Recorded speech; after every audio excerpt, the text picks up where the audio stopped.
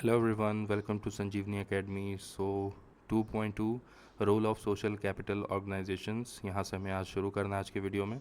So let's begin.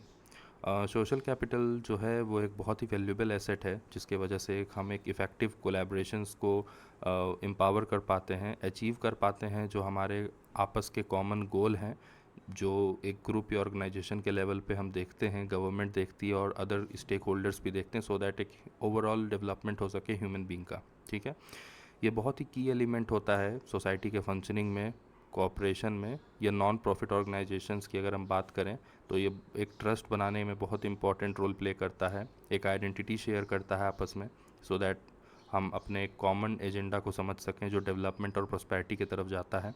एक ही value, एक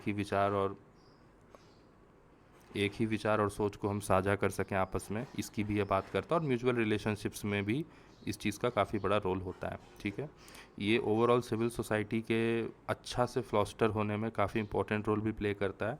और पीपल जो है एक साथ हारमोनी में प्रोडक्टिवली यहाँ काम करके चीज़ों को अचीव कर सकते हैं एज अ यूनिट. ठीक है, आप इसको एक लेमैन टर्म्स में इस तरह से समझ सकते हैं कि रोल क्या है कैपिटल, सोशल कैपिटल ऑर्गेनाइजेशन का. ठीक है, और कुछ डिफिनेशंस भी मैंने जैसे ऊपर बताया. अगर मैं क्लासिफिकेशन की बात करूं तो सेकंड एआरसी की रिपोर्ट के बेसिस पे है ना, administrative reform commission second ARC, उसमें सिविल सोसाइटी को ऑपरेट करने की बात की गई है कुछ एक्टिविटीज़ के तहत, जैसे रजिस्टर्ड सोसाइटीज़ जो हैं जो स्पेसिफिक पर्पस के लिए बनती हैं, चैरिटेबल ऑर्गेनाइजेशन हो गई, कोऑपरेटिव हो गई, कुछ बॉडीज़ जिनका कोई फॉर्मल ऑर्गेनाइजेशनल स्ट्रक्चर नहीं होता है, गवर्नमेंट के द्वारा प्रमोट किए जाने वाले जो थर्ड सेक्टर ऑर्गेनाइजेशन होते हैं, और कुछ लोकल स्टेक होल्डर ग्रुप हो गए, है ना, जैसे self help group, student government promoted third sector organisation हो गए जो स्टूडेंट के एजुकेशन की बात करते हैं, स्कॉलरशिप्स की बात करते हैं. सो टारगेटेड अप्रोच जो लेते हैं उनको भी यहाँ पे एज ए स्टेक होल्डर शामिल करा गया है. ठीक है, ओके. सोशल कैपिटल ऑर्गेनाइजेशन जो है उन्हें नॉन प्रॉफिट ऑर्गेनाइजेशन भी कह सकते हैं, क्योंकि इंडिया के ग्रोथ में बहुत इंपॉर्टेंट रोल प्ले करते हैं. सोशल वेलबींग में इनका काफ़ी इंपॉर्टेंट रोल रहता है. और जो सोशली मिशन ड्रिवन ऑर्गेनाइजेशन होते हैं, जो एक फोकस का काम के पीछे, उसे अचीव करने के पीछे लगे रहते हैं, जो सोशली, इकोनॉमिक, इन्वामेंटल इश्यूज़ की इंक्लूसिवनेस की बात करते हैं in addressing the socio economic inequality. इसमें क्या डिटेल्स हैं, क्या चीज़ें हो सकती हैं, मैंने काफ़ी लेमैन टर्म्स में चीज़ों को लिखा है, सो वीडियो पॉज करके आप उसे पढ़ सकते हैं, है ना. फिर पॉलिसी मेकिंग में क्या इन्फ्लुएंस देना है उस चीज़ की बात है. एंटी फार्म प्रोटेस्ट लॉ के बारे में आप इसको यहाँ पे समझ सकते हैं, किसान ऑर्गेनाइजेशंस. ठीक है, रिसर्च कंडक्ट करना, पॉलिसी का एनालिसिस करना, कैंपेन के बारे में प्रमोशन करने की बात कहना, जो भी सोशल इश्यूज़ हैं पॉलिसी में इम्प्रूवमेंट हो सकता है, और उनका इम्प्लीमेंटेशन. ठीक है, ओके. सो गवर्नमेंट को मॉनिटर करने की बात हो गई, इंस्टीट्यूशंस में हो गया, इंक्लूसिवनेस को प्रमोट करना सो दैट सबके लिए पॉलिसी इक्वली काम कर सके, ये आप देख सकते हैं.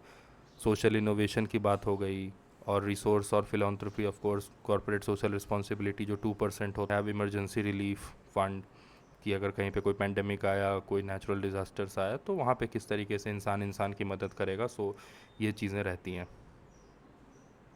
एक बहुत important cheese, national policy on voluntary sector. ठीक है, 2007 की. इसको आप इस तरह से समझ सकते हैं कि वॉलेंट्री ऑर्गेनाइजेशंस का मतलब होता है, इनका मतलब से ज़्यादा इम्पोर्टेंट ये करते क्या हैं, ये ऑर्गेनाइजेशन पब्लिक सर्विस में इंगेज रहते हैं, इन्वॉल्व रहते हैं, और ethically, culturally, socially, economically, politically, religiously, spiritually, philanthropically और साइंटिफिकली, टेक्नोलॉजिकली कंसिडरेशंस भी ये लेते हैं. अब ये इतने सारे टर्म्स को मैंने इंक्लूड करा है, तो आप समझ सकते हैं कि इन एस्पेक्ट्स पे आपको कहीं ना कहीं सोचना है. इथिकल एस्पेक्ट्स क्या है, कल्चरल क्या है, सोशल क्या है ना. ये आपके आंसर को जस्टिफाई करने में मदद करेंगे, नॉट जस्ट इस सब टॉपिक में, कहीं भी. डायमेंशंस को आपको इस तरीके से खोलना है या सोचना है, ये मैंने नोट्स में लिखने की कोशिश करी है.